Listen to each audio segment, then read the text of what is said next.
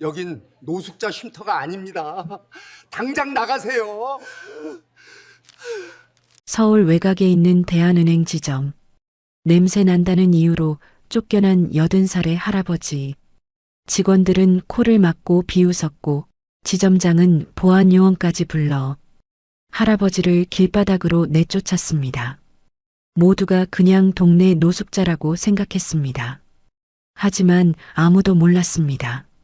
바로 다음 날 이 은행에 본점 감사팀이 들이닥치고 지점장이 직위 해제되며 어제 쫓겨났던 그 노인 앞에서 은행 직원 전체가 고개를 숙이게 된다는 사실을요. 대체 이 할아버지는 누구였을까요? 어떤 놀라운 사연이 있어 거리를 헤매고 계셨던 걸까요? 그분이 가슴에 꼭 쥐고 계신 낡은 통장에는 도대체 어떤 비밀이 숨겨져 있을까요? 그리고 무엇이 이분을 차가운 거리로 내몰았던 걸까요? 오늘 이야기는 당신이 상상도 못할 반전으로 가득한 한 노인의 진짜 정체에 관한 기록입니다. 서울 외곽의 대한은행 지점, 평일 오전 9시 반. 유리문이 열리고 낡은 점퍼를 걸친 80살 노인이 조심스럽게 안으로 들어섭니다. 김만수, 허리는 구부정하게 굽었고 머리카락은 덥수룩하게 엉켜 있습니다. 발에는 뒤축이 닳아 비틀어진 슬리퍼, 옷자락 곳곳에는 때와 먼지가 겹겹이 쌓여 있습니다. 대기석에 앉아있던 사람들이 하나둘 고개를 돌립니다. 정장을 차려입은 30대 직장인이 코를 찌푸리며 옆자리로 살짝 옮겨 앉습니다. 유모차를 끌고 온 젊은 엄마는 아이를 품에 더 끌어안으며 자리를 일어섭니다. 냄새가 너무 나는데 누군가의 속삭임이 로비 전체로 번져나갑니다. 만수는 그 시선들을 느낍니다. 하지만 어쩔 수 없습니다. 품속 깊이 간직한 구겨진 통장을 꺼내 가슴에 꼭 끌어안고 떨리는 손으로 번호표 발권기 앞에 섭니다. 버튼을 누르자 기계음과 함께 종이가 뽑혀 나옵니다. 32번. 만수는 그 번호표를 두 손으로 감싸듯 쥐고 대기석 끝자리로 향합니다. 그때였습니다. 잠깐만요. 날카로운 목소리가 만수의 등을 찔렀습니다. 40대 중반의 남성, 지점장 윤상도가 로비 한가운데로 성큼성큼 걸어 나옵니다. 그의 시선은 만수의 슬리퍼부터 머리끝까지 훑고 내려왔습니다. 눈썹이 좁혀지고 입꼬리가 내려갔습니다. 어르신, 여기 노숙자 쉼터 아닙니다. 윤상도의 목소리는 일부러 크게 냈는지 로비 전체에 울려 퍼졌습니다. 대기 중이던 고객들이 일제히 고개를 돌려 만수를 쳐다봅니다. 몇몇은 휴대폰을 꺼내 들었습니다. 화면을 만수 쪽으로 향하는 손길들이 보입니다. 만수는 천천히 고개를 들어 윤상도를 바라봅니다. 저 입금하러 왔는데요. 목소리는 작고 떨렸습니다. 만수는 품에서 낡은 통장을 꺼내 두 손으로 받쳐들어 보입니다. 표지는 오래되어 색이 바랬고 모서리는 닳아서 헤어져 있습니다. 하지만 윤상도는 통장을 보려 하지도 않았습니다. 대신 보안 요원을 향해 손짓했습니다. 손님들 불편해하시잖아요. 나가주세요. 저는 돈을 넣으러. 여기서 거래하시려면 최소한의 위생은 지켜주셔야죠. 윤상도가 코를 막는 신용을 하자 로비 곳곳에서 키득거리는 웃음소리가 터져 나왔습니다. 한 대학생으로 보이는 청년은 친구에게 속삭입니다. 저거 찍어서 올릴까? 미쳤어? 나중에 문제되면 어쩌려고. 근데 진짜 냄새 엄청나지 않아? 만수의 손이 미세하게 떨립니다. 그는 통장을 다시 품에 넣으려 했지만 손가락에 힘이 제대로 들어가지 않았습니다. 통장이 바닥에 떨어집니다. 만수가 허리를 굽혀 통장을 줍는 동안 윤상도는 팔짱을 낀 채 내려다보기만 했습니다. 도와주려는 사람은 아무도 없었습니다. 오히려 사람들은 한 발짝씩 뒤로 물러났습니다. 요즘 보이스피싱 인출책들이 노인들 많이 씁니다. 윤상도가 옆에 서 있는 여직원에게 말했습니다. 목소리는 여전히 크게 냈습니다. 주변 사람들이 모두 들으라는 듯이 저런 분들 신분 확인 안 되면 절대 안으로 들이면 안 돼요. 우리 은행 이미지에도 안 좋고. 순간 로비의 분위기가 바뀌었습니다. 처음에는 그저 냄새 때문에 불편해하던 사람들의 눈빛이 달라졌습니다. 경계심과 의심이 섞인 시선들이 만수를 에워쌌습니다. 저 사람 뉴스에 나오던 그 조직 아니야? 통장 들고 와서 돈 넣는 척하다가 빼가는 수법이라던데. 우리 돈 괜찮은 거 맞지? 속닥이는 소리들이 점점 커졌습니다. 만수는 겨우 통장을 주워들고 일어섰습니다. 그의 눈에는 당혹감과 수치심이 가득했습니다.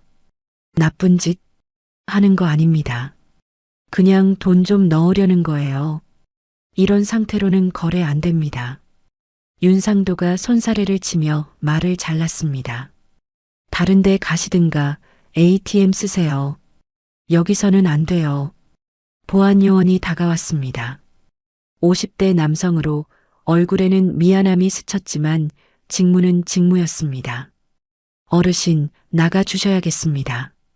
보안요원이 만수의 팔을 잡았습니다. 만수는 저항하지 않았습니다. 그저 통장을 가슴에 꼭 끌어안고 비틀거리며 입구 쪽으로 끌려갔습니다. 자동문이 열리고 만수의 몸이 밖으로 밀려났습니다. 문이 닫히는 순간까지 로비 안쪽에서는 사람들의 수군거림이 이어졌습니다. 우리 은행 보안은 확실하네. 다행이다, 진짜. 저런 사람들 때문에 피해보는 거 아니야. 만수는 은행 앞 벤치에 주저앉았습니다. 가슴이 뛰었습니다. 숨이 가빠졌습니다. 손에 쥔 통장만이 유일한 버팀목이었습니다. 그는 고개를 들어 은행 간판을 올려다봤습니다. 대한은행. 환하게 빛나는 글씨. 만수의 눈가에 주름이 더 깊게 패였습니다. 그는 천천히 일어나 ATM 쪽으로 걸음을 옮겼습니다. 아직 포기할 수 없었습니다. 통장에 돈을 넣어야 했습니다. 그게 그가 할 수 있는 유일한 일이었으니까요. 은행 밖 ATM 앞에서 만수가 통장을 꺼내 들고 있을 때 안쪽에서는 또 다른 일이 벌어지고 있었습니다. 윤상도가 보안요원에게 눈짓을 보냅니다.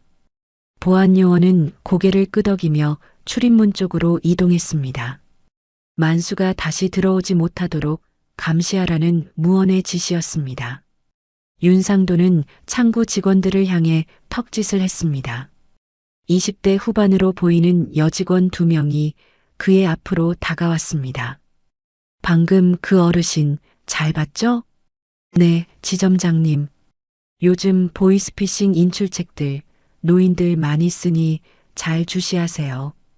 윤상도의 목소리에는 확신이 가득했습니다. 아니, 확신이라기보다는 자기 합리화에 가까웠습니다.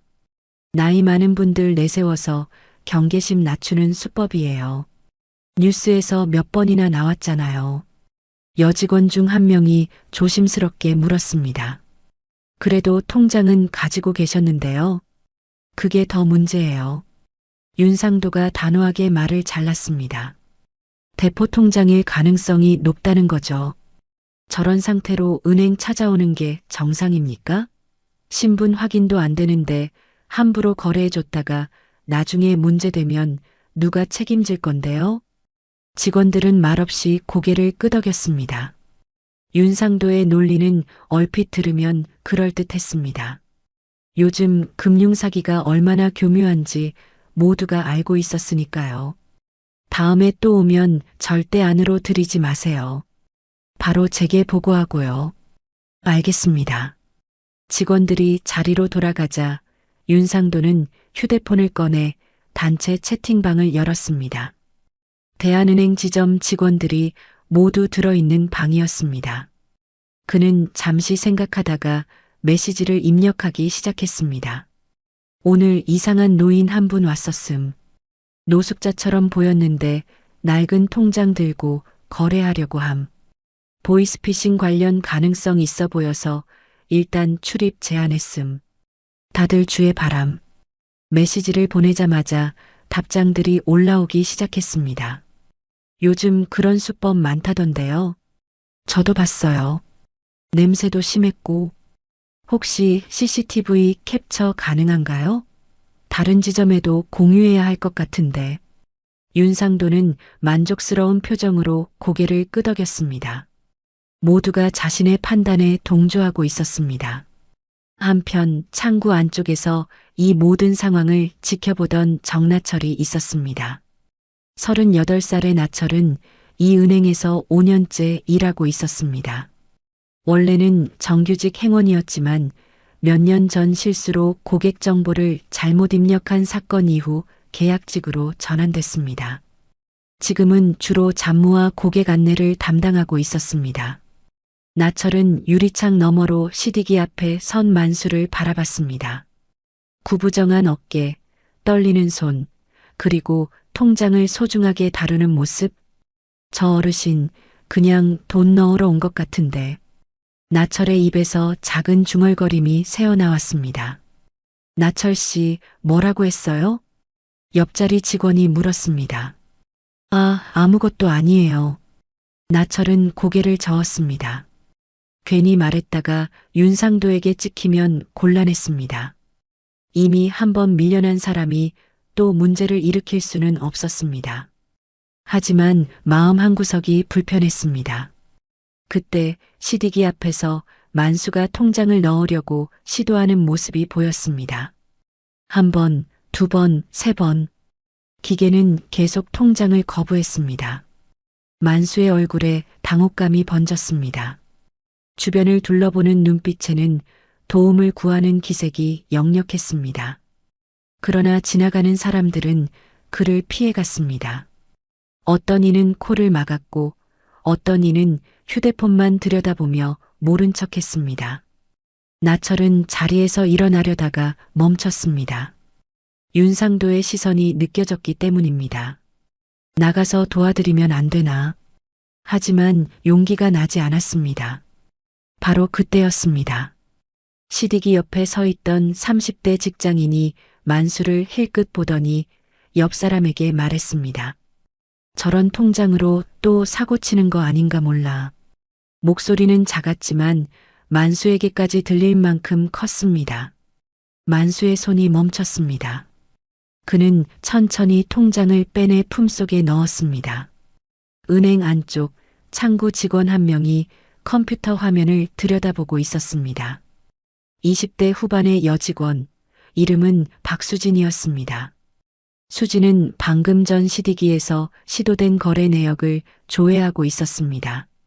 화면에는 만수가 입력했던 계좌번호가 떠 있었습니다. 그런데 뭔가 이상했습니다. 계좌 정보 옆에 작은 표시가 하나 붙어 있었습니다. 장기 휴면 계좌 본점 관리 전환이라는 메모였습니다. 수지는 눈살을 찌푸렸습니다.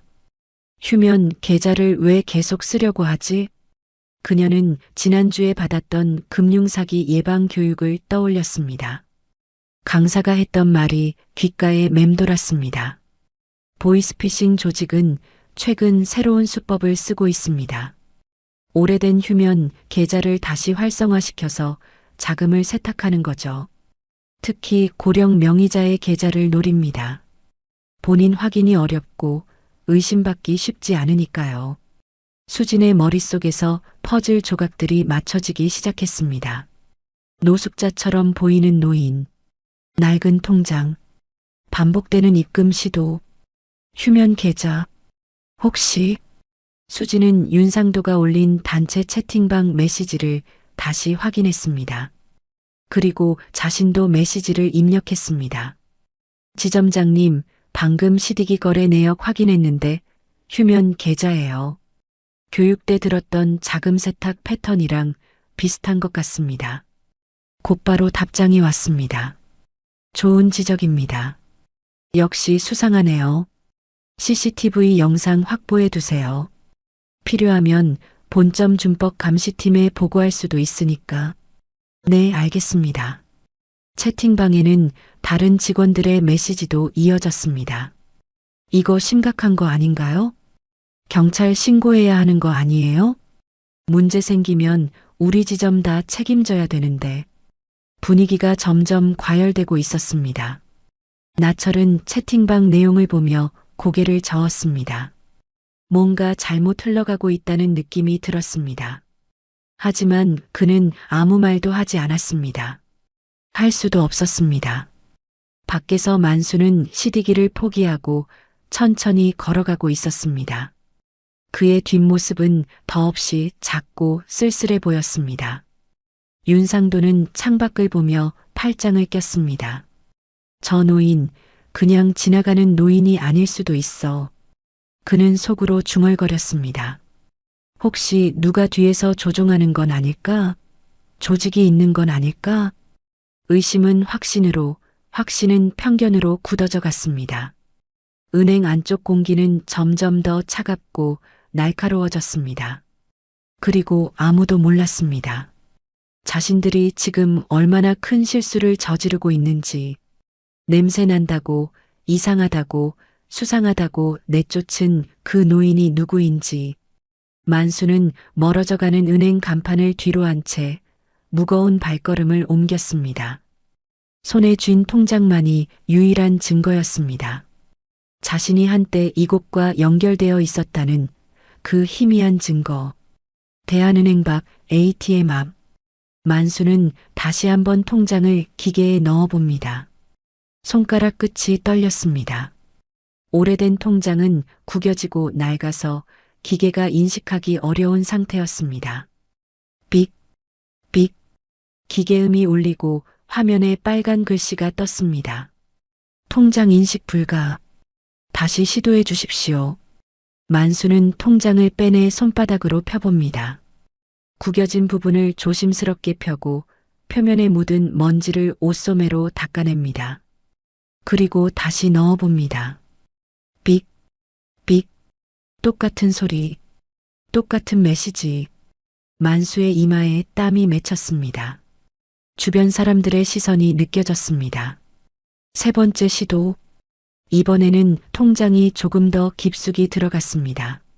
만수의 눈에 희망이 번졌습니다. 하지만 곧 기계가 통장을 다시 밀어냈습니다. 인식 불가. 아이고.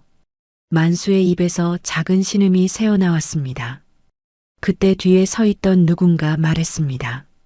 저런 통장으로 또 사고 치는 거 아닌가 몰라. 30대 직장인이었습니다. 깔끔한 정장을 입고 서류 가방을 든 남자가 동료에게 속삭이는 말이었지만 만수의 귀에도 선명하게 들렸습니다. 만수는 고개를 들어 그 남자를 바라봤습니다. 남자는 만수와 눈이 마주치자 고개를 돌려버렸습니다. 만수는 통장을 다시 넣어보려다가 멈췄습니다. 사고 친다. 그 말이 가슴에 박혔습니다. 만수는 천천히 통장을 빼냈습니다. 그리고 잔액 조회 버튼을 눌러봅니다. 혹시 조회라도 될까 싶어서였습니다. 화면이 잠시 멈추더니 메시지가 떴습니다. 오류가 발생했습니다. 창구를 이용해 주십시오. 창구. 방금 전 쫓겨난 그곳. 만수의 어깨가 축 처졌습니다. 은행 안쪽 창구 뒤에서 수진이 컴퓨터 화면을 들여다보고 있었습니다. 화면에는 방금 전 시디기에서 시도된 거래 내역이 떠 있었습니다. 만수가 입력한 계좌번호, 그리고 그 옆에 붙은 작은 메모. 장기 휴면 계좌 본점 관리 전환, 최종 거래일. 2018년 3월 12일. 수지는 마우스를 움직여 세부 내역을 확인했습니다. 계좌 개설일은 1985년 7월 3일. 거의 40년 전이었습니다. 최종 거래는 7년 전. 그 이후로는 아무런 움직임이 없었습니다. 왜 갑자기 이 계좌를 쓰려고 하는 거지? 수진의 머릿속에서 지난주 교육 내용이 떠올랐습니다.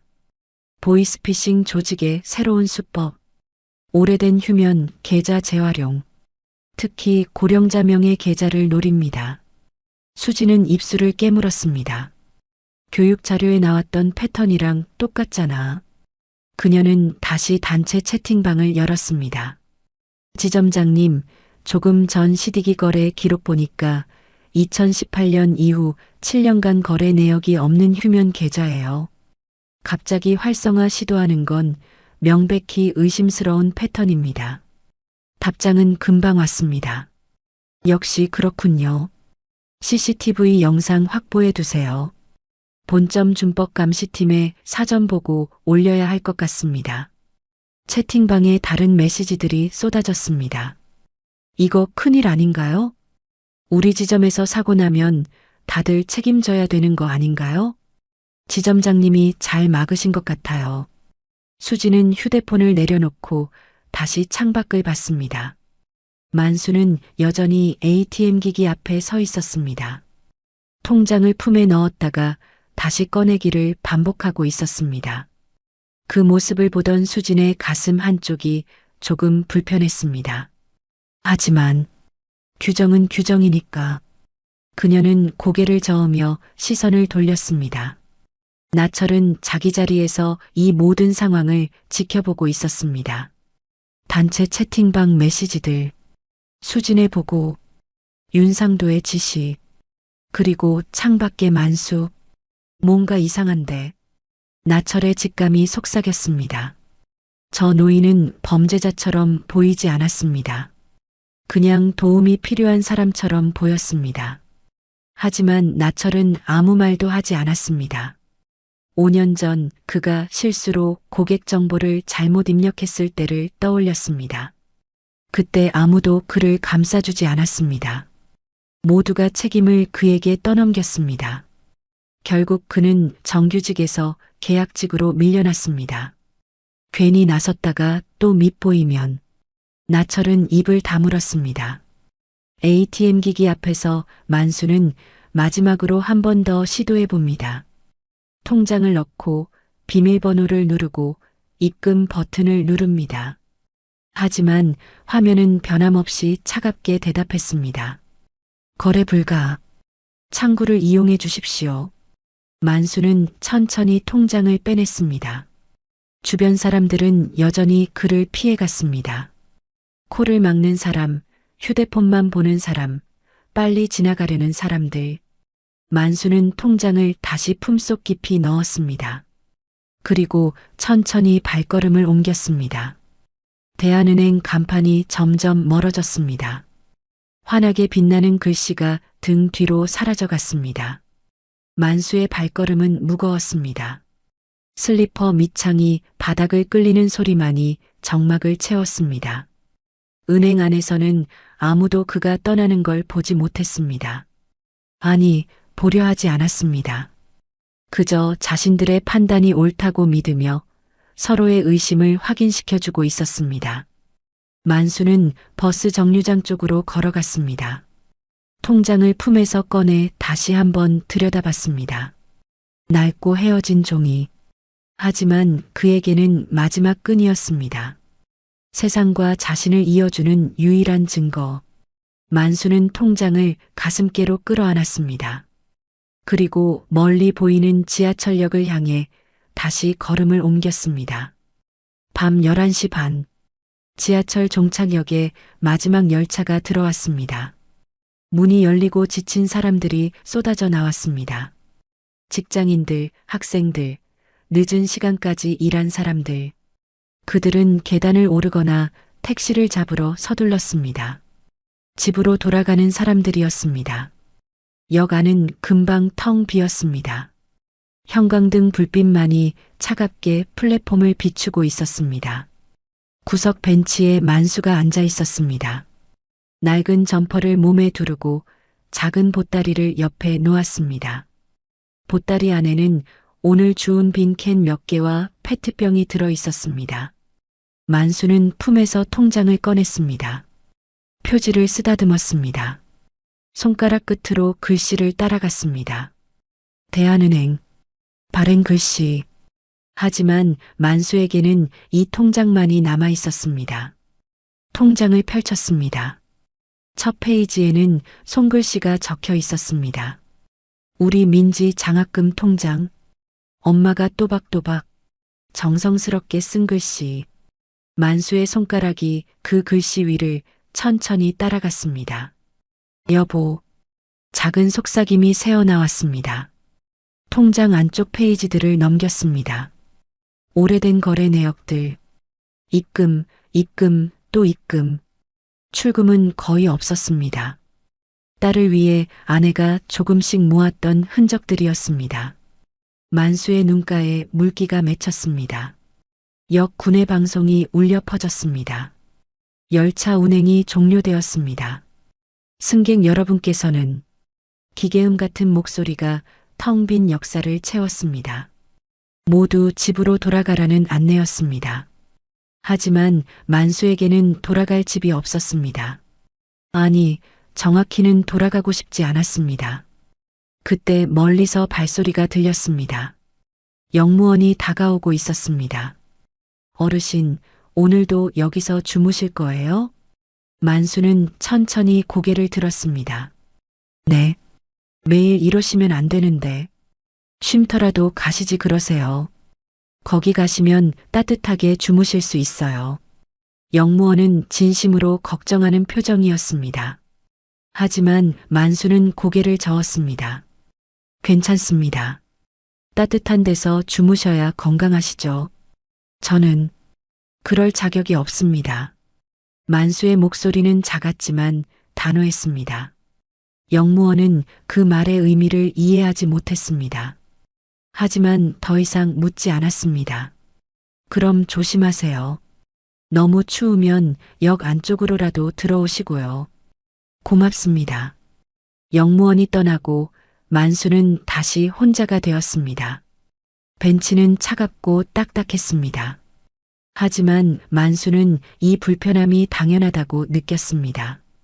따뜻한 곳에 있을 자격이 없다고 생각했습니다. 외투깃을 세우고 몸을 웅크렸습니다. 눈을 감았습니다. 어둠 속에서 기억들이 밀려왔습니다. 딸의 웃음소리, 아내의 목소리, 여보, 민지 대학 붙었대요. 아버지, 전 꼭 좋은 사람 될게요. 아버지처럼요. 행복했던 시절의 파편들, 그리고 그 모든 것이 무너진 그날, 만수는 눈을 떴습니다. 텅 빈 역사만이 보였습니다. 딸도 아내도 없었습니다. 그는 다시 통장을 꺼내 들었습니다.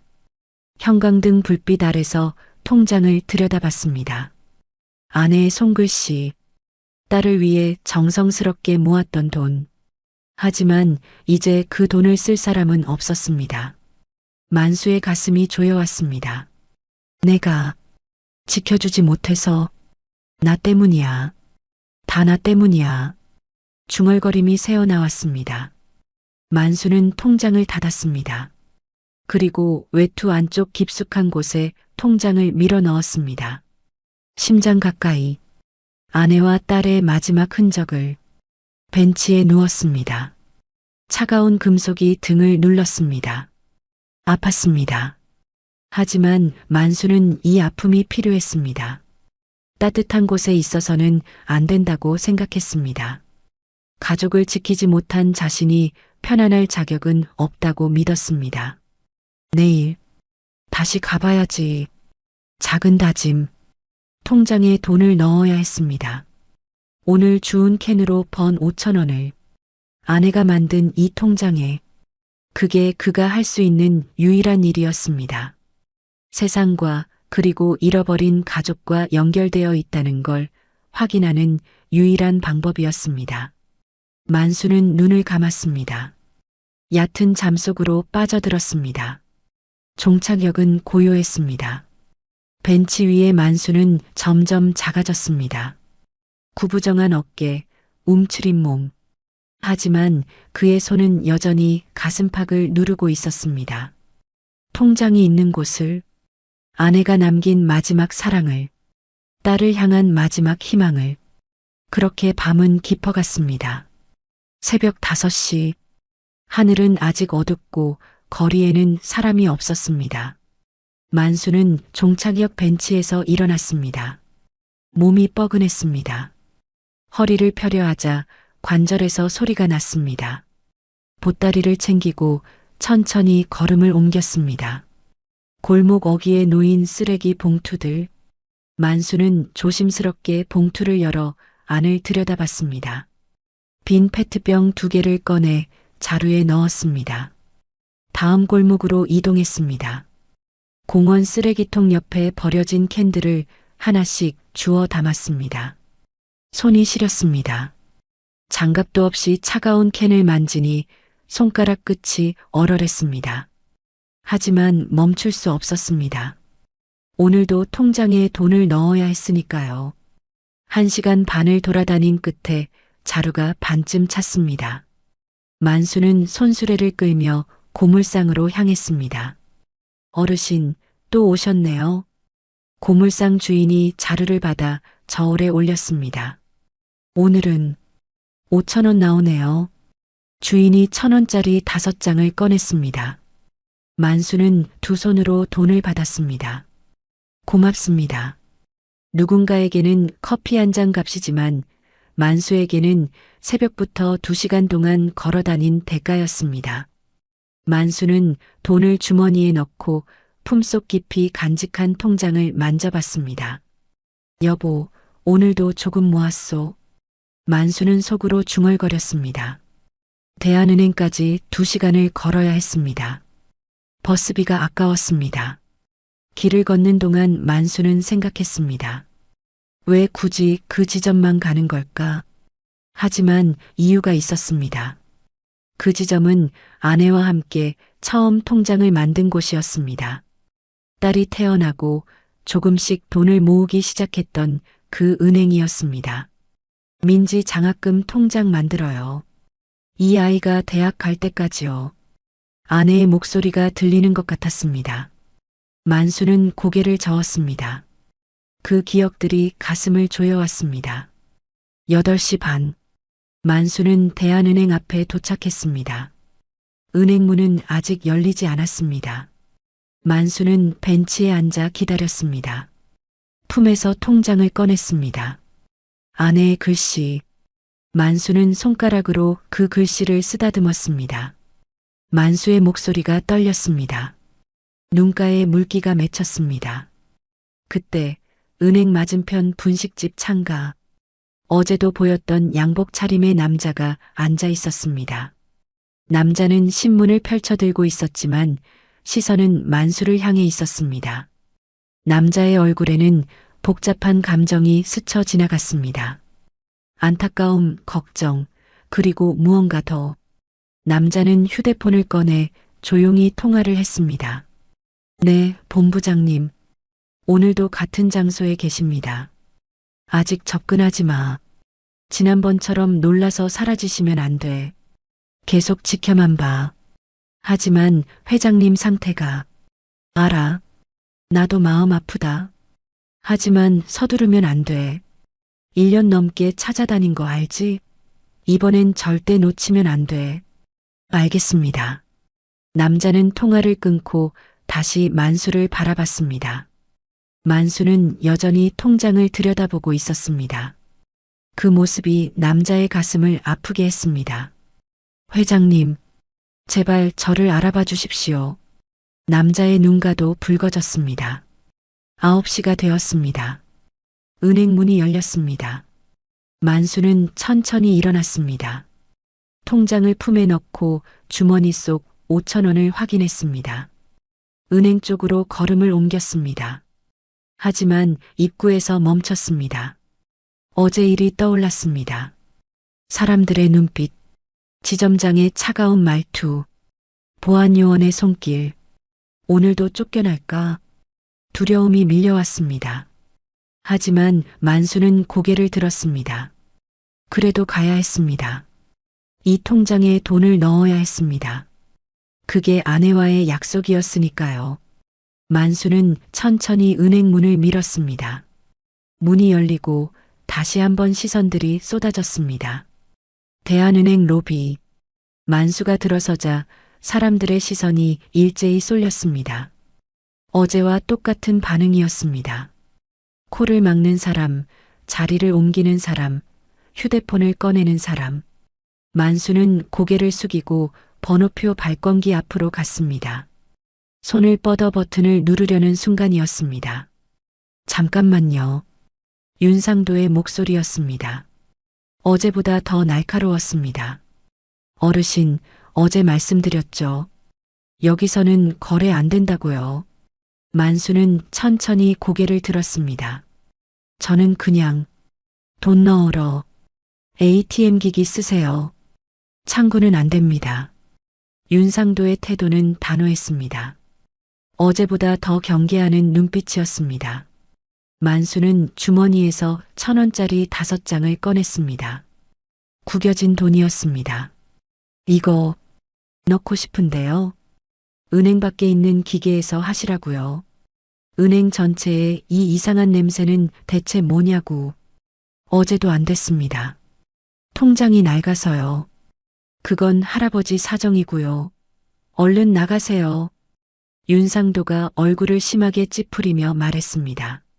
만수의 손이 떨렸습니다. 로비에 있던 사람들이 수군거렸습니다. 저 사람 어제도 왔던 사람 아니야? 맞아. 보이스피싱 관련된 거라던데. 아직도 포기 안 하고 오네. 만수는 그 말들을 들었습니다. 가슴이 무너져 내렸습니다. 하지만 발길을 돌릴 수 없었습니다. 제발, 한 번만. 보안요원. 윤상도가 손짓했습니다. 보안요원이 다가왔습니다. 어제 말씀드렸죠. 이분 출입 제한입니다. 알겠습니다. 보안요원이 만수의 팔을 잡으려 했습니다. 만수는 뒤로 물러섰습니다. 알았습니다. 나가겠습니다. 만수는 스스로 돌아섰습니다. 구부정한 어깨가 더욱 처졌습니다. 은행 밖으로 나왔습니다. 차가운 바람이 얼굴을 스쳤습니다. 만수는 벤치에 주저앉았습니다. 손에 쥔 5,000원. 새벽부터 2시간을 걸어 모은 돈. 하지만 통장에 넣을 수 없었습니다. 여보, 미안하오. 오늘도 실패했소. 만수는 하늘을 올려다봤습니다. 구름이 천천히 흘러갔습니다. 은행 맞은편 분식집. 창가 자리에 남자가 이 모든 장면을 지켜보고 있었습니다. 남자의 이름은 박동훈. 51살. 양복 차림의 정중한 인상이었습니다. 동훈은 주먹을 쥐었습니다. 당장 뛰어가고 싶었습니다. 하지만 할 수 없었습니다. 1년 전이 떠올랐습니다. 처음 그분을 발견했던 그날. 동훈은 너무 기뻐서 달려갔습니다. 저예요. 저 박동훈입니다. 하지만 만수는 동훈을 알아보지 못했습니다. 아니, 알아보는 듯 했지만 두려워했습니다. 혼란스러워했습니다. 그리고 사람들 틈으로 사라져버렸습니다. 동훈은 석 달을 다시 찾아다녔습니다. 전국을 헤맸습니다. 결국 다시 찾았을 때 동훈은 배웠습니다. 성급하게 접근하면 안 된다는 것을. 상부와 상의했습니다. 천천히 가야 합니다. 상태가 불안정하십니다. 멀리서 지켜보면서 안전만 확보하세요. 때가 되면 자연스럽게 다가가는 방법을 찾아야 합니다. 그래서 동훈은 기다리고 있었습니다. 며칠째 이 자리에서 왜 이 지점만 찾으시는지 이유를 알아냈습니다. 오래된 기록을 뒤져 확인했습니다. 1985년 그분이 이 지점에서 통장을 만든 날이 있었습니다. 동훈의 눈가가 붉어졌습니다. 아직도 그 통장을 가지고 계시는구나. 대체 무슨 일이 있었던 걸까요? 왜 할아버지는 이런 수모를 당하면서까지 이 은행만 와야 했을까요? 동훈은 알고 있었습니다. 하지만 지금은 그것이 중요하지 않았습니다. 중요한 건 그분을 안전하게 모시는 것이었습니다. 동훈은 휴대폰을 꺼냈습니다. 본부장에게 전화했습니다. 본부장님, 오늘도 지점에서 거부당하셨습니다. 그 지점장, 아직도 모르는 건가? 네. 그냥 노숙자로만 보고 있습니다. 언제까지 이렇게 둘 수는 없어. 준비해. 곧 움직인다. 알겠습니다. 동우는 통화를 끊고 다시 만수를 바라봤습니다. 만수는 여전히 벤치에 앉아 하늘을 보고 있었습니다. 조금만 기다려 주십시오.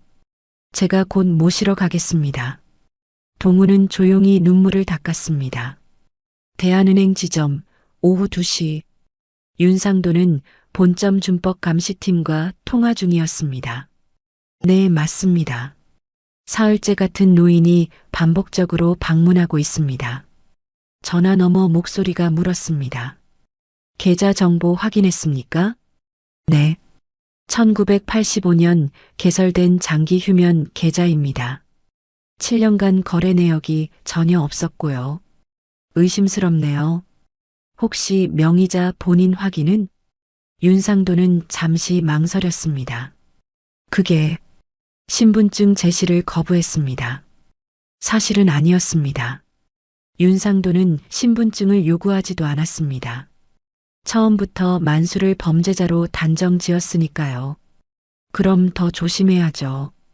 계속 모니터링하고 보고 올리세요. 알겠습니다. 통화를 끊은 윤상도는 직원들을 불러 모았습니다. 다들 들으세요. 그 노인 다음에 또 오면 바로 저한테 보고하고 절대 창구 거래 허용하지 마세요. CCTV 영상도 계속 확보해 두고요. 수진이 조심스럽게 물었습니다. 혹시 경찰에 신고는 안 하나요? 아직은 아니야. 증거가 더 필요해. 확실하게 잡아야지. 나철이 뒤에서 이 대화를 듣고 있었습니다. 뭔가 잘못되고 있다는 느낌이 들었습니다. 저 어르신이 정말 범죄자일까? 하지만 나철은 입을 다물었습니다. 지난번처럼 또 밉보이고 싶지 않았습니다. 바로 그때 은행 문이 열렸습니다. 만수였습니다. 오늘은 조금 달랐습니다. 어제보다 옷이 조금 깨끗했습니다. 얼굴도 씻은 듯 했습니다. 최대한 단정하게 보이려고 애쓴 흔적이 역력했습니다. 하지만 사람들의 반응은 똑같았습니다. 또 왔네. 저 사람 맨날 오는 거 아니야? 윤상도가 재빨리 다가왔습니다. 어르신, 오늘도 안 된다고 했죠? 만수는 품에서 통장을 꺼냈습니다. 그리고 조심스럽게 펼쳤습니다. 이거 좀 봐주십시오. 윤상도는 통장을 힐끗 보려다가 멈췄습니다. 통장 표지 너무 오래되어 색이 바랬지만 그 안에 뭔가 이상한 점이 있었습니다. 일반 통장과 다른 도장이 찍혀 있었습니다. 특별관리 계좌. 작은 글씨였지만 선명했습니다. 윤상도는 그 의미를 몰랐습니다. 처음 보는 표시였습니다. 이게 뭡니까? 그냥 옛날 통장입니다. 만수가 조용히 대답했습니다. 윤상도는 통장을 더 자세히 보려 했습니다. 하지만 만수가 재빨리 통장을 닫았습니다. 보여드렸으니 거래 좀 시켜주십시오. 신분증 먼저 보여주세요. 만수는 망설였습니다. 주머니에서 낡은 신분증을 꺼냈습니다. 윤상도가 신분증을 받아들었습니다. 김만수, 이름을 확인했습니다. 그런데 주소란을 보는 순간 윤상도의 눈빛이 변했습니다. 강남구 청담동. 그것도 최고급 주택가 주소였습니다. 이게 무슨? 윤상도는 혼란스러웠습니다. 노숙자가 청담동 주소? 이 주소 맞습니까? 예전 주소입니다. 지금은 어디 사세요? 만수는 대답하지 않았습니다. 윤상도는 신분증을 돌려주며 말했습니다. 주소지 확인이 안 되면 거래 어렵습니다. 업데이트하고 오세요. 제발 그냥 돈만 넣게 해주십시오. 5,000원만요. 만수의 목소리가 떨렸습니다. 하지만 윤상도는 고개를 저었습니다. 규정입니다. 안 됩니다. 그때였습니다. 나철이 앞으로 나왔습니다. 지점장님, 왜 제가 도와드리면 안 될까요? 그냥 입금만 하시는 거잖아요. 윤상도의 얼굴이 굳었습니다. 나철 씨, 지금 뭐 하는 거예요? 어르신이 너무 힘들어 보이셔서요. 그건 우리가 판단할 문제가 아니에요. 가서 일이나 하세요. 윤상도의 목소리가 차갑게 식었습니다. 나철은 입술을 깨물었습니다. 하지만 물러서지 않았습니다. 그래도 손님이시잖아요. 나철 씨, 윤상도가 목소리를 높였습니다. 로비 전체가 조용해졌습니다.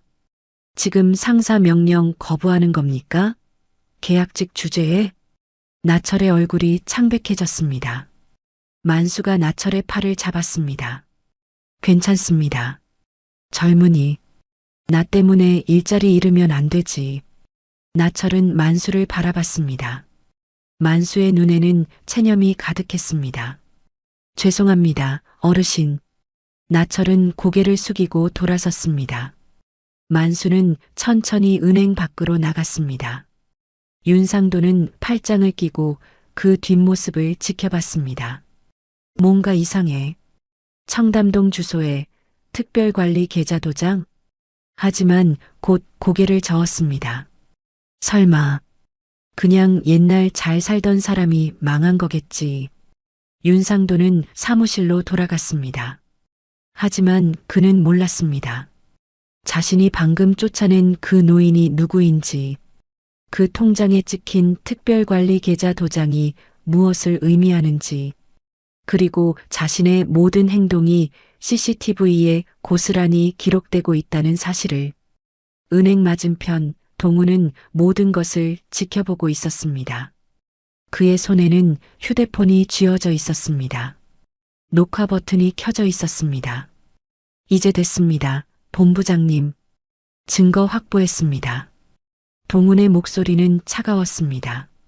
내일 움직입니다. 통화를 끄는 동훈은 만수를 바라봤습니다. 회장님, 조금만 더 참아주십시오. 내일이면 모든 게 바뀝니다. 만수는 벤치에 앉아 하늘을 올려다보고 있었습니다. 모든 것을 포기한 듯한 얼굴이었습니다. 하지만 손에는 여전히 통장을 꼭 쥐고 있었습니다. 마지막 희망처럼. 그날 저녁 5시, 만수는 종착역으로 돌아가는 길이었습니다. 무거운 발걸음을 옮기며 골목을 지나고 있었습니다. 오늘도 실패했구나. 가슴속 통장을 만졌습니다. 여전히 그곳에 있었습니다. 하지만 5,000원은 여전히 주머니 속이었습니다. 여보, 미안하오. 만수는 고개를 떨구고 걸었습니다. 바로 그때였습니다. 어르신, 뒤에서 목소리가 들렸습니다. 만수는 걸음을 멈췄습니다. 천천히 돌아봤습니다. 양복을 입은 남자가 서 있었습니다. 분식집 창가에서 보던 그 남자였습니다. 만수는 본능적으로 한 발 뒤로 물러섰습니다. 누구십니까? 저, 박동훈이라고 합니다. 동훈의 목소리는 조심스러웠습니다. 1년 전 실수를 반복하지 않기 위해 최대한 천천히 부드럽게 말했습니다. 잠깐만 시간 내주실 수 있으신지요? 만수는 고개를 저었습니다. 저는 바쁩니다. 돌아서려는 순간 동훈이 말했습니다. 대한은행 관계자입니다. 만수의 발이 멈췄습니다. 은행에서 저한테 무슨 일로? 어르신께서 가지고 계신 통장 때문입니다. 만수는 품을 감쪽같이 가렸습니다. 통장이? 뭐가 잘못됐습니까? 잘못된 게 아닙니다. 확인하고 싶은 게 있어서요. 동우는 한 걸음 다가갔습니다. 하지만 너무 가까이는 가지 않았습니다.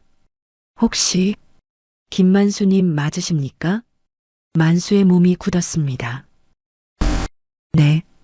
1985년 7월 3일 대한은행 강남지점에서 통장을 개설하신 분 맞으십니까? 만수는 대답하지 않았습니다. 하지만 눈빛이 흔들렸습니다. 동우는 조심스럽게 말을 이었습니다. 그 통장, 특별관리 계좌시죠? 만수의 손이 떨렸습니다. 어떻게? 저희가 확인했습니다. 그 계좌는 일반 계좌가 아닙니다. 동우는 잠시 숨을 고르고 말했습니다. 창립주 가족 전용 계좌입니다. 만수는 아무 말도 하지 못했습니다. 어르신, 혹시 이 통장을 누가 만들어 주셨습니까? 만수의 입술이 떨렸습니다. 아내가, 그분께서 직접 은행에 요청하셨을 겁니다. 특별히 관리해 달라고요. 동훈의 목소리가 부드러워졌습니다. 그 통장은 소중한 분이 만든 거죠? 만수의 눈가에 눈물이 맺혔습니다. 네, 우리 딸을 위해서. 목소리가 잠겼습니다. 동훈은 더 이상 묻지 않았습니다. 대신 조용히 말했습니다. 어르신, 배고프시죠? 제가 저녁 대접하겠습니다. 만수는 고개를 저었습니다. 괜찮습니다. 아닙니다. 제가 꼭 대접하고 싶습니다. 동훈의 목소리에는 간절함이 섞여 있었습니다. 만수는 망설였습니다. 하지만 동훈의 눈빛이 진심이라는 걸 느꼈습니다. 그럼 조금만. 동훈은 만수를 근처 작은 식당으로 안내했습니다. 깨끗하지만 부담스럽지 않은 곳이었습니다. 편하게 주문하세요. 만수는 메뉴판을 보다가 가장 저렴한 것을 가리켰습니다. 이거요. 아니요, 어르신. 이거 드세요. 동훈이 따뜻한 국밥을 주문했습니다. 음식이 나왔습니다. 만수는 숟가락을 들었습니다. 손이 떨렸습니다. 얼마 만에 먹는 따뜻한 밥인지 몰랐습니다. 한 숟가락, 두 숟가락. 만수는 천천히 먹었습니다. 동훈은 그 모습을 지켜보며 눈물을 참았습니다. 회장님, 이렇게까지 되시다니. 식사가 끝나고 동훈이 조심스럽게 물었습니다. 어르신, 오늘 밤 어디서 주무실 겁니까? 역에서요. 오늘은 역 말고 제가 준비한 곳에서 묵으시면 어떠실까요? 아니, 저는 제발 부탁드립니다. 하루만이라도요. 동훈의 간절함에 만수는 더 이상 거절하지 못했습니다. 동훈은 만수를 작은 고시원으로 안내했습니다. 미리 준비해 둔 곳이었습니다. 여기서 쉬세요. 씻을 수 있는 곳도 있고 깨끗한 옷도 준비했습니다. 이렇게까지 하시면. 아닙니다. 부담 느끼지 마시고요. 동훈은 만수를 방에 안내하고 나왔습니다. 복도에서 동훈은 휴대폰을 꺼냈습니다. 본부장에게 전화했습니다. 본부장님, 회장님 모셨습니다. 잘했네. 상태는 어떠신가? 많이 힘들어 보이십니다. 하지만 아직 저를 알아보지는 못하시는 것 같습니다. 천천히 가게. 내일 준비한 대로 진행하자. 알겠습니다. 동훈은 통화를 끊고 만수의 방문을 바라봤습니다. 안에서 물소리가 들렸습니다. 만수가 씻고 있었습니다. 회장님, 내일이면 모든 게 제자리로 돌아갑니다. 조금만 더 기다려 주십시오. 동훈은 조용히 자리를 지켰습니다. 밤이 깊어갔습니다. 만수는 오랜만에 따뜻한 물로 몸을 씻었습니다. 거울 속 자신의 모습을 봤습니다. 수염이 덥수룩하고 머리는 헝클어져 있었습니다. 하지만 눈빛만은 여전히 살아 있었습니다. 여보, 내가 지금 뭘 하고 있는 건지 모르겠소. 만수는 품에서 통장을 꺼냈습니다. 물기가 묻지 않게 조심스럽게 다뤘습니다. 아내의 글씨를 쓰다듬었습니다. 당신이 만든 이 통장, 내가 끝까지 지킬게. 작은 다짐이었습니다. 만수는 통장을 다시 품에 넣고 침대에 누웠습니다. 오랜만에 폭신한 이불이었습니다. 하지만 왠지 불편했습니다. 저 사람은 누군데? 왜 이러는 거지? 낯이 있긴 한데. 죄책감이 밀려왔습니다. 하지만 몸은 정직했습니다. 피곤함이 몰려왔고 만수는 깊은 잠에 빠져들었습니다. 내일이면 모든 게 바뀔 것이라는 걸 모른 채 다음 날 아침 8시 만수는 눈을 떴습니다. 천장이 낯설었습니다. 순간 당황했지만 곧 어젯밤 일이 떠올랐습니다. 옆에 놓인 옷들이 보였습니다. 깨끗하게 다려진 셔츠와 바지, 동훈이 준비해 둔 것이었습니다. 만수는 천천히 일어나 옷을 입었습니다. 거울을 봤습니다. 어제 씻은 덕분에 조금은 나아 보였습니다. 노크 소리가 들렸습니다. 어르신, 아침 드시겠습니까? 동훈의 목소리였습니다. 네, 나갑니다. 밖으로 나가니 간단한 식사가 준비되어 있었습니다. 빵과 우유, 과일. 편히 드세요. 만수는 조심스럽게 자리에 앉았습니다. 왜? 저한테 이렇게까지 해주십니까? 동훈은 잠시 망설이다가 대답했습니다. 어르신의 통장이 특별하기 때문입니다. 특별하다는 게 무슨, 오늘 은행 가시면 아실 겁니다. 동훈은 더 이상 설명하지 않았습니다. 식사를 마치고 동훈이 물었습니다. 어르신, 오늘도 그 지점 가실 겁니까? 만수는 고개를 끄덕였습니다. 가야죠. 돈을 넣어야 하니까요. 그럼 제가 함께 가겠습니다. 아니, 괜찮습니다. 혼자 갈 수 있어요. 아닙니다. 오늘은 저랑 같이 가시죠. 동훈의 말에 무게가 실려 있었습니다. 만수는 더 이상 거절하지 않았습니다. 오전 9시 반, 검은색 세단 한 대가 대한은행 앞에 멈춰 섰습니다. 차에서 내린 건 깔끔하게 차려입은 노인이었습니다. 어제까지의 만수와는 달라 보였습니다. 옷은 단정했고 머리는 정돈되어 있었습니다. 하지만 여전히 허리는 구부정했고 걸음걸이는 느렸습니다. 동훈이 옆에서 천천히 따라갔습니다. 은행 로비에 들어서자 사람들의 시선이 쏠렸습니다. 하지만 어제와는 달랐습니다. 코를 막는 사람은 없었습니다. 다만 낯선 사람을 보듯 쳐다볼 뿐이었습니다. 윤상도가 마침 로비를 지나가다 만수를 봤습니다. 순간 멈칫했습니다. 저 노인, 어디서 본 것 같은데? 하지만 확신할 수 없었습니다. 옷차림이 달라서였습니다. 바로 그때 은행 정문이 다시 열렸습니다. 정장을 입은 남자 3명이 들어왔습니다. 손에는 서류 가방과 노트북이 들려 있었습니다. 대한은행 본점 감사팀입니다. 선두에 선 남자가 신분증을 제시했습니다. 윤상도의 얼굴이 굳었습니다. 감사팀이요? 무슨 긴급 내부 감사 나왔습니다. 지점장님, 협조 부탁드립니다. 저희 지점에 무슨 문제라도 일단 사무실로 가시죠. 감사팀은 윤상도를 데리고 안으로 들어갔습니다. 로비에 남은 직원들과 고객들이 웅성거렸습니다. 감사팀이 왜 와? 무슨 문제 있나 봐. 나철은 이 광경을 멀리서 지켜보고 있었습니다. 가슴이 두근거렸습니다. 만수는 로비 한쪽에 조용히 서 있었습니다. 동훈이 옆에서 지켜보고 있었습니다.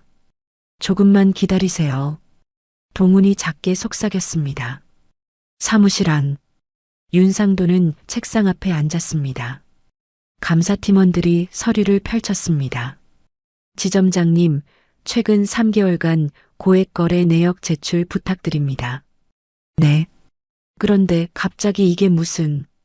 그리고 비용 처리 내역도요. 감사팀장이 노트북을 열었습니다. 화면에는 윤상도의 법인카드 사용 내역이 떠 있었습니다. 이 항목들 설명 가능하십니까? 윤상도는 화면을 보고 얼굴이 창백해졌습니다. 골프 접대비, 고급 식당 비용, 개인적으로 사용한 금액들이 고스란히 드러나 있었습니다. 이건 업무상 필요한 영수증과 대조했습니다. 업무 관련성이 확인되지 않는 항목들이 상당수입니다. 감사팀장의 목소리는 차갑고 정확했습니다. 그리고 이 계좌는 뭡니까? 화면에 또 다른 내역이 떴습니다. 윤상도 명의의 비자금 계좌였습니다. 저 건 윤상도는 변명할 말이 없었습니다. 금융감독원 보고건입니다. 지점장님, 당분간 직위 정지됩니다. 잠깐만요. 이건 오해입니다. 하지만 감사팀은 이미 서류를 정리하고 있었습니다. 로비로 나온 감사팀장이 직원들을 모았습니다. 긴급 공지드립니다. 윤상도 지점장은 즉시 직위 해제됩니다. 본점에서 임시 책임자를 파견할 예정입니다. 직원들이 술렁였습니다. 수진의 얼굴이 창백해졌습니다. 나철은 복잡한 표정이었습니다. 감사팀장이 로비를 둘러보다가 만수를 발견했습니다. 혹시 김만수님 되십니까? 만수는 천천히 고개를 끄덕였습니다. 감사팀장이 깊게 고개를 숙였습니다. 뵙게 되어 영광입니다. 본점에서 나왔습니다. 로비에 있던 사람들이 이 장면을 지켜봤습니다. 저 노인을 왜 저렇게 대하지? 누구지 저 사람? 수군거림이 번져갔습니다. 만수는 여전히 조용했습니다. 다만 품에서 통장을 꺼냈습니다. 저는 그냥 이 통장에 돈을 넣으러 왔을 뿐입니다. 그 말에 감사팀장이 숙연해졌습니다. 알고 있습니다. 지금 바로 도와드리겠습니다. 나철이 앞으로 나왔습니다. 제가 도와드리겠습니다. 만수는 나철을 바라봤습니다. 어제 자신을 도우려다 혼났던 그 젊은이였습니다. 고맙습니다, 젊은이. 나철은 만수를 창구로 안내했습니다. 통장을 받아들었습니다. 주머니에서 꺼낸 5,000원. 나철은 정성스럽게 그 돈을 입금 처리했습니다. 입금 완료되었습니다. 만수의 눈가에 물기가 맺혔습니다. 고맙습니다. 작은 속삭임이었습니다. 하지만 그 안에는 깊은 안도가 담겨 있었습니다. 입금이 끝나고 만수는 통장을 받아들었습니다. 감사합니다. 나철에게 작게 인사하고 돌아서려는 순간이었습니다. 감사팀장이 앞으로 나왔습니다. 김만수 회장님. 그 호칭에 로비 전체가 얼어붙었습니다. 회장님? 저 노인이 회장? 사람들의 눈이 커졌습니다. 만수는 천천히 돌아섰습니다. 회장은 이제 아닙니다. 아닙니다. 지금도 대한은행 최대 주주이십니다. 감사팀장의 말에 사람들이 술렁였습니다. 동훈이 앞으로 나왔습니다. 여러분께 소개합니다. 이분은 김만수 회장님. 1985년 대한은행을 창립하신 분이십니다. 로비가 조용해졌습니다. 수진의 얼굴이 창백해졌습니다. 자신이 보이스피싱 인출책으로 의심했던 그 노인이 은행 창립주라니. 나철은 입을 벌린 채 만수를 바라봤습니다. 만수는 고개를 저었습니다. 저는 이제 그냥 평범한 노인일 뿐입니다. 아닙니다. 동훈이 만수 앞에 섰습니다. 회장님, 저 박동훈입니다. 20년간 회장님을 모셨던 비서입니다. 만수는 동훈을 바라봤습니다. 천천히, 아주 천천히 기억이 떠올랐습니다. 동훈이, 정말 자네인가? 네, 회장님. 동훈의 목소리가 떨렸습니다.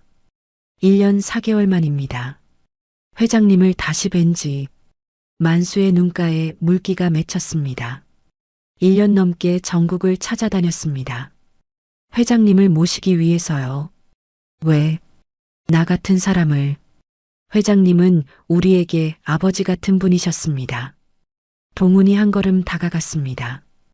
회장님께서 왜 집을 떠나셨는지 압니다. 따님과 사모님을 잃으신 후 만수의 몸이 흔들렸습니다. 그날 이후 회장님은 사라지셨습니다.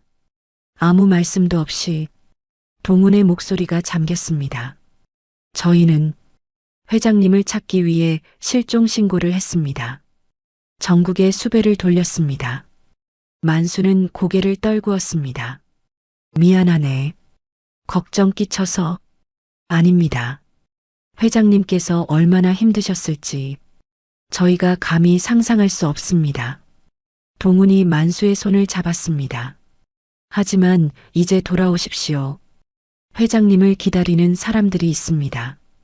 만수는 고개를 저었습니다. 나는 자격이 없네. 가족도 지키지 못한 사람일세. 아닙니다. 동훈이 단호하게 말했습니다. 회장님은 우리에게 여전히 소중한 분입니다.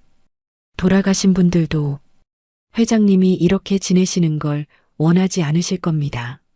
만수의 어깨가 떨렸습니다. 따님을 위해 사모님께서 만드신 그 통장. 회장님께서 1년 넘게 지키고 계셨죠. 만수는 품에서 통장을 꺼냈습니다. 내가 우리 가족들을 위해 해준 게 없어. 일만 했지. 하나뿐인 내 딸과 아내를 위해 내가 해준 게 아무것도 없더라고. 이것만 남았네. 그 통장에 돈을 넣으시려고 매일 이곳을 찾으셨죠. 비가 오나 눈이 오나. 동훈의 목소리가 떨렸습니다. 하지만 이곳에서는 회장님을 노숙자 취급을 하고 범죄자로 의심했습니다. 로비에 있던 사람들의 얼굴이 굳어졌습니다. 감사팀장이 앞으로 나왔습니다. 윤상도 전 지점장은 직권을 남용해 고객을 차별했습니다. 겉모습으로만 사람을 판단했습니다. 수진이 고개를 숙였습니다. 자신도 그랬으니까요. 그 결과 이 은행을 세우신 분을 모욕했습니다. 감사팀장이 만수에게 깊게 고개를 숙였습니다. 죄송합니다, 회장님. 만수는 천천히 고개를 들었습니다. 나는 더 이상 회장이 아니라니까. 아닙니다. 회장님은 여전히 이 은행의 주인이십니다. 동훈이 말했습니다. 만수는 로비를 둘러봤습니다. 사람들이 모두 자신을 바라보고 있었습니다. 그는 천천히 입을 열었습니다. 나는 40년 전 이 은행을 만들었습니다. 서민들을 위한 은행을 만들고 싶었지요. 만수의 목소리는 작았지만 또렷했습니다. 1,000원을 맡기러 온 사람이나 억을 맡기러 온 사람이나 모두 똑같이 소중하게 대하는 은행. 그런 은행을 만들고 싶었어요. 그가 로비를 천천히 걸었습니다. 하지만 어느 순간부터 이 은행은 변했더라고요. 돈 많은 사람만 귀하게 대하고 가난한 사람은 천대하는 곳이 됐어요. 만수가 멈춰섰습니다. 어제까지 나는 노숙자였습니다. 냄새난다고 쫓겨났고 범죄자 취급을 받았지요. 사람들이 숨을 죽였습니다. 오늘 나는 옷을 새로 갈아입고 왔더니 대우가 달라졌어요. 만수가 사람들을 바라봤습니다. 바뀐 건 내가 아닙니다. 여러분의 시선일 뿐이지. 로비가 조용했습니다. 사람의 가치는 돈이나 옷으로 정해지는 게 아닙니다. 어제의 나나 오늘의 나나 똑같은 사람입니다. 만수의 목소리가 떨렸습니다. 나는 가족을 잃고 모든 걸 잃었다고 생각하며 살았어요. 그래서 집을 떠났습니다. 따뜻한 곳에 있을 자격이 없다고 생각했지요. 내 때문에, 다 나 때문에 그랬다고 생각이 들어서요. 하지만 이 통장만은 버릴 수가 없었습니다. 아내가 딸을 위해 만든 이 통장을. 만수가 통장을 들어보였습니다. 이 통장에 돈을 넣는 것만이 내가 할 수 있는 유일한 일이었어요. 세상과 연결되어 있다는 걸 확인하는 유일한 방법이었지요. 나철의 눈에 눈물이 맺혔습니다. 하지만 그마저도 거부당했습니다. 만수가 고개를 들었습니다. 나는 여러분에게 묻고 싶어요. 은행이란 무엇인가요? 아무도 대답하지 못했습니다. 은행은 사람을 위한 곳이지 돈을 위한 곳이 아닙니다. 만수의 목소리에 힘이 실렸습니다. 앞으로 이 은행에서는 모든 손님을 똑같이 대해주길 바랍니다. 노숙자든 회장이든 학생이든 모두가 소중한 고객입니다. 만수가 동훈을 바라봤습니다. 나는 다시 돌아가지 않을 거네. 하지만 이것만은 부탁하네. 이 은행이 초심을 잃지 않도록. 동훈이 고개를 숙였습니다. 명심하겠습니다, 회장님. 만수는 천천히 은행 밖으로 걸어갔습니다.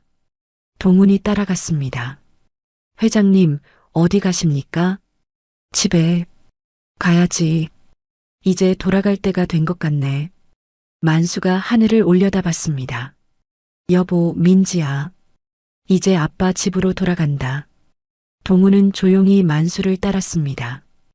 은행 로비에 남은 사람들은 한동안 말이 없었습니다. 나철이 조용히 눈물을 닦았습니다.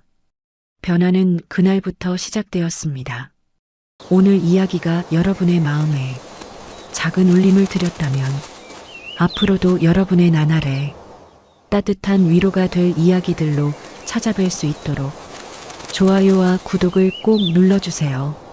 어디서 듣고 계신지 댓글로 남겨주시면 한 분 한 분께 인사드리겠습니다. 행복하세요.